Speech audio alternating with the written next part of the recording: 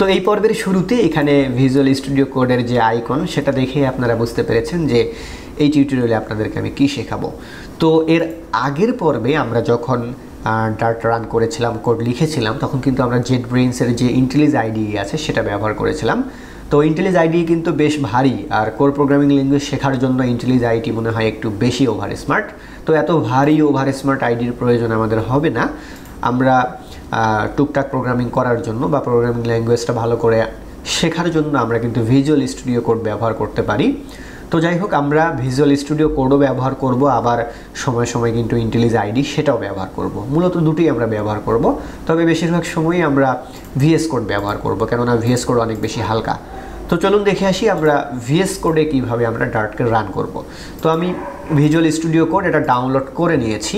তো আপনারা করবেন কি, আপনারা একদম code.visualstudio.com-এ গিয়ে ভিএস কোডের একদম লেটেস্ট ভার্সন যেটা, সেই লেটেস্ট ভার্সনটা ডাউনলোড করে নেবেন।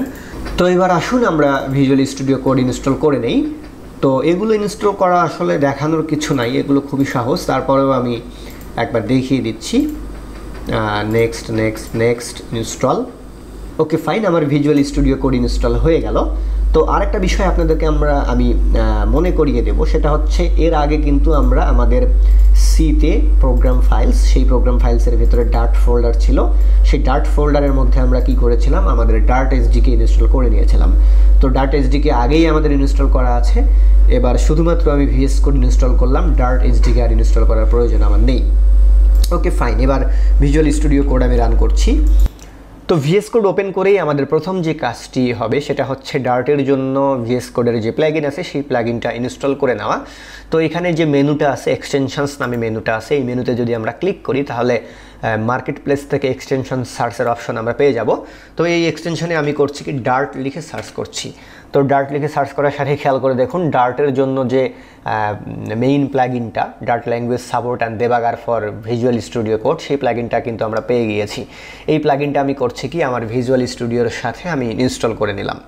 দেন এখানে ডার্টের কিন্তু আরও অনেকগুলো প্লাগইন আছে, এতগুলো প্লাগইন আমাদের এখনই প্রয়োজন নেই। ডার্টের জন্য প্রাইমারি যে মেইন প্লাগইনটা, সেই প্লাগইনটা এখানে আমি ইনস্টল করে নিলাম। ওকে ফাইন, এখন একটা কাজ করতে হবে, সেটা হচ্ছে ডার্টের প্লাগইন ইনস্টল করার পরে ভিজুয়াল স্টুডিও কোডটা একটু রিস্টার্ট দিয়ে নেবেন বা ক্লোজ করে দিয়ে আবার নতুন করে ওপেন করবেন, তাছাড়া কিন্তু ঝামেলা হতে পারে। তো আমি ভিজুয়াল স্টুডিও কোডটা ক্লোজ করে দিলাম, ক্লোজ করে দিয়ে ভিজুয়াল স্টুডিও কোড আমি আবার ওপেন করছি। ওকে ফাইন, দেন এখন আমি ডার্টের সোর্স কোডগুলো রাখার জন্য নতুন একটি ফোল্ডার তৈরি করে নিলাম। এই ফোল্ডারের নাম আমি দিয়ে দিলাম হচ্ছে ডার্ট সোর্সেস। ডার্ট সোর্সেসের মধ্যে আমি করব কি, ডার্টের জন্য যে সোর্স কোডগুলো হবে সেগুলো আমি রেখে দেব।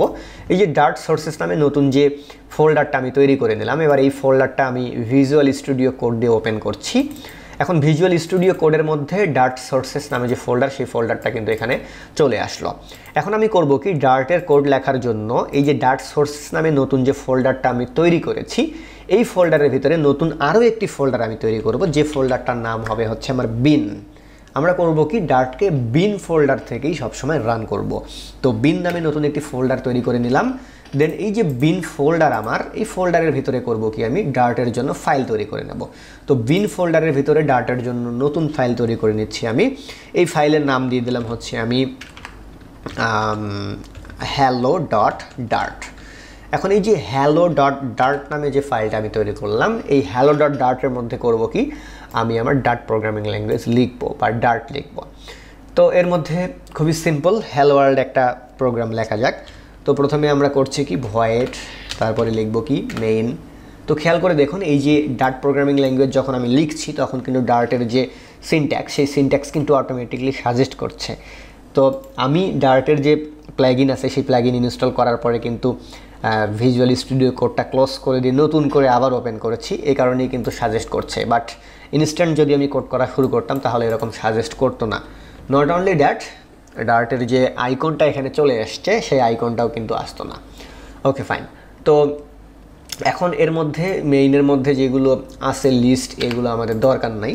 তো আমি এখানে করলাম কি, নর্মালি এখানে আমি প্রিন্ট করে দিচ্ছি, যে হচ্ছে hello Dart from VS code. Okay fine, তো আমাদের তো কোড লেখা হয়ে গেল। এখন এই কোডটাকে আমরা রান করব কিভাবে। তো এই কোডটাকে আমরা রান করব হচ্ছে এই যে আমাদের দেবাগ আছে সেই দেবাগ থেকে। আমরা করব কি, এই যে এখানে আপনারা দেখতে পাচ্ছেন দেবাগ নামে একটা মেনু আছে, অপশন আছে, এই অপশনে ক্লিক করুন। তো এই অপশনে ক্লিক করার সাথেই খেয়াল করে দেখুন এখানে কিন্তু দেবাগিং কোনো কনফিগারেশন দেওয়া নেই। তো আমরা করব কি, এখান থেকে জাস্ট অ্যাড করব। কি করব, অ্যাড করব। অ্যাড কনফিগারেশনে যদি ক্লিক করি তাহলে অটোমেটিকলি ডার্টের জন্য যে কনফিগারেশন সেই কনফিগারেশনটা এখানে চলে আসবে। তো এই যে ডার্টের কনফিগারেশন চলে আসলো, দেন এবার করব কি, এই যে স্টার্ট ডিবাগিং নামে যে বাটনটা আছে এই বাটনে প্রেস করলেই হবে কি আমাদের ডার্টটা রান হবে। তো এখানে খেয়াল করে দেখুন ডার্টটা রান করার জন্য প্রথমে কিন্তু আমাদের একটা মেইন ফাইলের প্রয়োজন ছিল, বাট এখানে কিন্তু আমরা মেইন ফাইল তৈরি করিনি, আমরা তৈরি করেছি hello.dart। তো hello.dart থেকে ফার্স্ট টাইম এটাকে রান করা যাবে না, এটাকে রান করতে হলে আমাদের কি করতে হবে, মেইন ফাইল তৈরি করে নিতে হবে। তো hello.dart এটাকে আমি জাস্ট রিনেম করে দিলাম, রিনেম করে আমি main.dart করে দিলাম। তো এবার এই যে main.dart এটাকে আমরা রান করব। তো যখন আপনি ডার্টকে রান করবেন তখন একটা সমস্যার মধ্যে পড়বেন, যে সেটা হচ্ছে এই যে কনসোল যে ট্যাবটা আসে এই কনসোল ট্যাবটা কিন্তু অনেক সময় দেখা যায় যে নিচের দিকে হাইড হয়ে আছে, উপরের দিকে শো করছে না। তো এখানে ভিউ অপশন আছে, এই ভিউয়ে গিয়ে আপনি যদি দেবাগ কনসোলে ক্লিক করেন তাহলে দেবাগিং যে কনসোল এই কনসোলটা কিন্তু এখানে চলে আসবে। তো খেয়াল করে দেখুন আমাদের main.dart এটা কিন্তু রান হয়ে গিয়েছে। আবার যদি আপনি এটাকে পুনরায় রান করতে চান তাহলে hello.dart from VS Code না লিখে আমি এখানে লিখলাম hello.dart I love you। Okay fine, just save করে দিলাম। এখন এটাকে আমি আবার রান করব। আবার রান করতে গেলে আমাকে কি করতে হবে, আবার দেবাগে যেতে হবে। দেবাগে গিয়ে এই যে এখানে কনফিগারেশন আমার সেট করা আছে ডার্ট, এই ডার্ট কনফিগারেশন সেট করা অবস্থাতেই জাস্ট এই স্টার্ট ডিবাগিং বাটনে চাপ দিতে হবে। স্টার্ট ডিবাগিং বাটনে চাপ দিলে ডার্ট আবার রান হলো, রান হয়ে আমাদের যে কনসোল ট্যাব সেই কনসোল ট্যাবে এখানে শো করলো। আর মাঝে মধ্যে এই কনসোল ট্যাব যদি কোনো কারণে হারিয়ে যায় তাহলে ভিউয়ে যাবেন, ভিউয়ে গিয়ে দেবাগ কনসোল এই বাটনে প্রেস করবেন, কনসোল ট্যাবটা চলে আসবে। আশা করি বুঝতে পেরেছেন, ধন্যবাদ সবাইকে। ও আর একটা কথা, সেটা হচ্ছে ডার্টকে রান করার সময় যদি কোনো কিছু অ্যালাউ করার জন্য কোনো পপ আপ নোটিফিকেশন আসে তাহলে সেটা অ্যালাউ করে দেবেন।